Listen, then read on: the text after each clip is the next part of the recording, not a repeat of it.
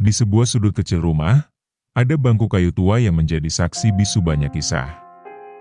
Di sanalah seekor kucing betina berbulu campuran abu-abu, coklat, dan putih sering duduk berjemur setiap pagi.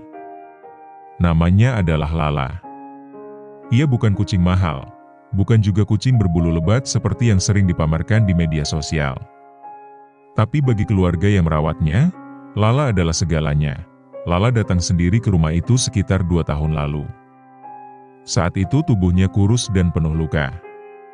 Entah dari mana asalnya, tapi sejak diberi makan pertama kali, ia tak pernah pergi jauh. Lala perlahan menjadi bagian dari keluarga.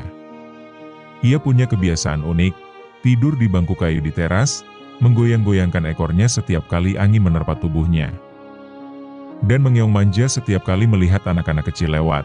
Setiap pagi, Lala akan duduk diam di bangku itu, menatap langit, mendengar suara burung, dan menunggu seseorang datang menyapanya. Dalam video ini, dia sedang menikmati salah satu pagi terakhirnya. Di sampingnya, seekor anak kucing kecil tampak malu-malu mendekat. Lala, seperti biasa, tidak marah. Ia hanya menoleh dan membiarkan si kecil belajar dari kehadirannya. Seperti guru yang diam, Lala mengajarkan kasih sayang tanpa kata. Hari-hari terakhir Lala dipenuhi dengan ketenangan.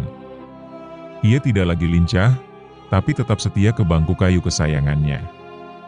Ia tampak sering termenung, seolah tahu waktunya di dunia ini hampir selesai. Namun tidak ada kesedihan di matanya, hanya ketenangan, seperti orang yang sudah berdamai dengan segalanya. Lala akhirnya menghembuskan napas terakhirnya di sore hari yang tenang, tepat di bangku yang sama, dengan cahaya matahari senja menyinari tubuhnya.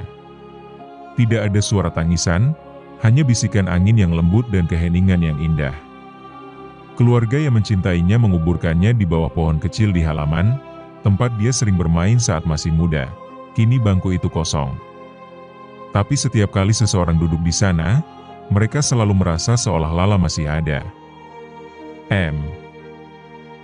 Bangku kayu itu kini hanya jadi benda mati, tak lagi hangat dengan tubuh kecil yang biasa meringkuk di sana. Setiap kali pagi datang, matahari tetap bersinar seperti biasa, tapi tidak ada lagi yang menyambut sinarnya dengan dengkuran pelan.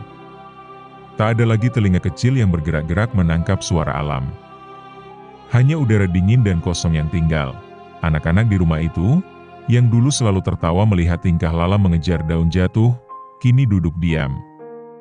Mereka sering tanpa sadar menaruh sepotong ikan kecil di lantai, lalu baru sadar, Lala sudah tidak ada. Mereka menangis diam-diam, tidak ingin terlihat rapuh. Tapi malam hari, tangisan mereka mengisi kamar seperti hujan di musim kemarau. Jarang, tapi menyakitkan. Ibu rumah itu, yang dulu sering menyuapinya dengan tangan sendiri, kini sering terduduk lama di teras, menatap bangku itu. Kadang ia membawa semangkuk nasi kecil seperti dulu, meletakkannya di sisi bangku, lalu menghapus air mata yang tak bisa dia tahan. Tak ada yang berani memindahkan mangkuk itu, seolah semua berharap Lala masih akan kembali. Paling menyedihkan adalah sore hari. Itu waktu favorit Lala untuk melompat ke pangkuan siapa saja yang duduk di bangku itu. Kini, setiap sore hanya ada bayangan. Suara dengkuran halus itu seperti masih terdengar, tapi hanya dalam ingatan. Waktu seperti menolak bergerak. Seolah rumah ini pun belum bisa menerima bahwa Lala telah pergi. Dan malam itu, beberapa hari setelah kepergiannya, hujan turun dengan deras. Di bawah pohon kecil tempat Lala dikuburkan, tanahnya menjadi lembut oleh air. Di atas pusara kecil itu, anak-anak menaruh mainan tikus kain kesukaan Lala. Basah oleh hujan, seperti mata semua yang berdiri di sana. Tak ada doa panjang, hanya keheningan yang penuh kehilangan. Kadang, kehilangan bukan soal apa yang tak lagi ada, tapi tentang kebiasaan yang tak bisa diulang, suara kecil yang tak lagi terdengar, dan kasih sayang diam-diam yang tiba-tiba hilang. Lala memang hanya seekor kucing, tapi ia telah mati. Waktu seperti berhenti di detik itu. Tangan yang terus mengelus tubuh kecil itu gemetar, seolah masih berusaha memanggil kembali jiwa yang telah pergi. Bangun, Lala. Ayo bangun. bisik seseorang, nyaris tak terdengar. Tapi yang tinggal hanya keheningan. Lala tidak lagi bergerak. Matanya, yang selalu hidup dan penuh rasa ingin tahu, kini menatap kosong ke arah yang jauh, arah yang tak bisa dijangkau oleh siapapun yang masih hidup. Tangis pecah, tapi bukan tangis yang keras. Tangis itu lirih, patah, seperti suara hati yang remuk tanpa suara. Semua orang di ruangan itu tahu, keajaiban yang diharapkan tidak datang. Tubuh Lala dibungkus dengan handuk putih. Pelan-pelan, seperti membungkus sesuatu yang sangat rapuh. Tangannya sudah dingin. Tapi di dalam dada setiap orang yang menyayanginya, ia tetap terasa hangat. Masih ada harapan kecil, mungkin hanya tidur. Tapi tidak. Ia benar-benar telah pergi. Pemakaman kecil pun dibuat di halaman. Lubang digali di bawah pohon tempat Lala biasa bermain saat sore. Tanahnya basah karena hujan semalam, seolah langit ikut berduka.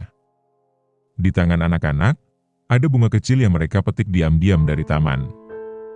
Mereka tidak bicara banyak, hanya berdiri mematung, memandang tanah yang menelan sahabat mereka. "Terima kasih ya, Lala," ucap salah satu dari mereka dengan suara serak. Saat tanah menutupi tubuh kecil itu, terasa seperti dunia ikut tertutup sebagian. Ada kekosongan yang aneh. Rumah itu tidak pernah lagi sama. Tidak ada lagi yang mengeong saat pintu dibuka. Tidak ada lagi jejak kaki kecil di pagi hari. Tidak ada lagi yang melompat ke pangkuan dengan wajah manja. Tapi Lala meninggalkan sesuatu yang jauh lebih besar daripada kehadiran fisiknya. Ia meninggalkan kenangan dan cinta yang abadi. Malam-malam setelahnya, banyak yang mengaku masih merasakan kehadirannya.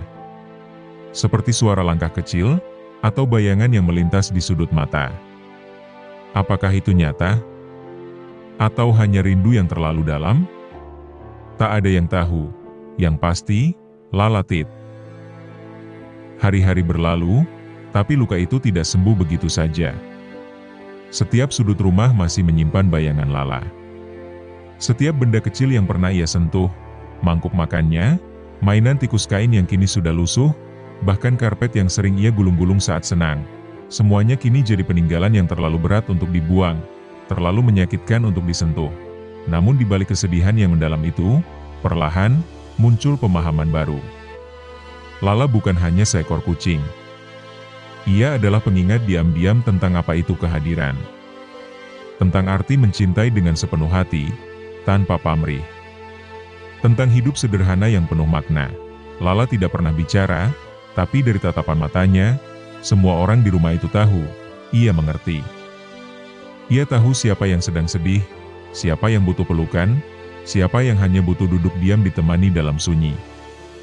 Ia datang ke dunia mereka tanpa diminta, dan pergi membawa sebagian dari hati mereka. Ada hari-hari ketika seseorang masih menangis diam-diam.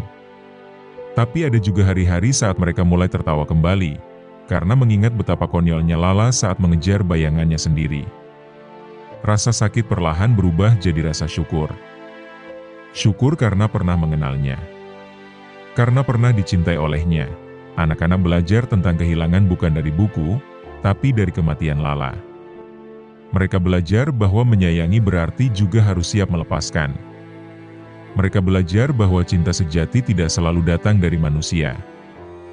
Dan di bawah pohon kecil itu, tempat Lala dimakamkan, keluarga itu menanam bunga. Setiap minggu mereka menyiramnya. Tanah itu kini tak hanya berisi tubuh Lala, tapi juga doa-doa yang ditanam dalam diam. Doa untuk kedamaian, untuk keikhlasan, dan untuk pertemuan kembali, jika memang ada kehidupan setelah ini. Suatu malam, saat hujan turun pelan, terdengar suara lirih dari anak bungsu. "Kalau aku besar nanti, aku mau punya banyak kucing kayak Lala." Biar rumah ini gak sepi, ibunya hanya tersenyum, air mata mengalir perlahan, tapi kali ini bukan.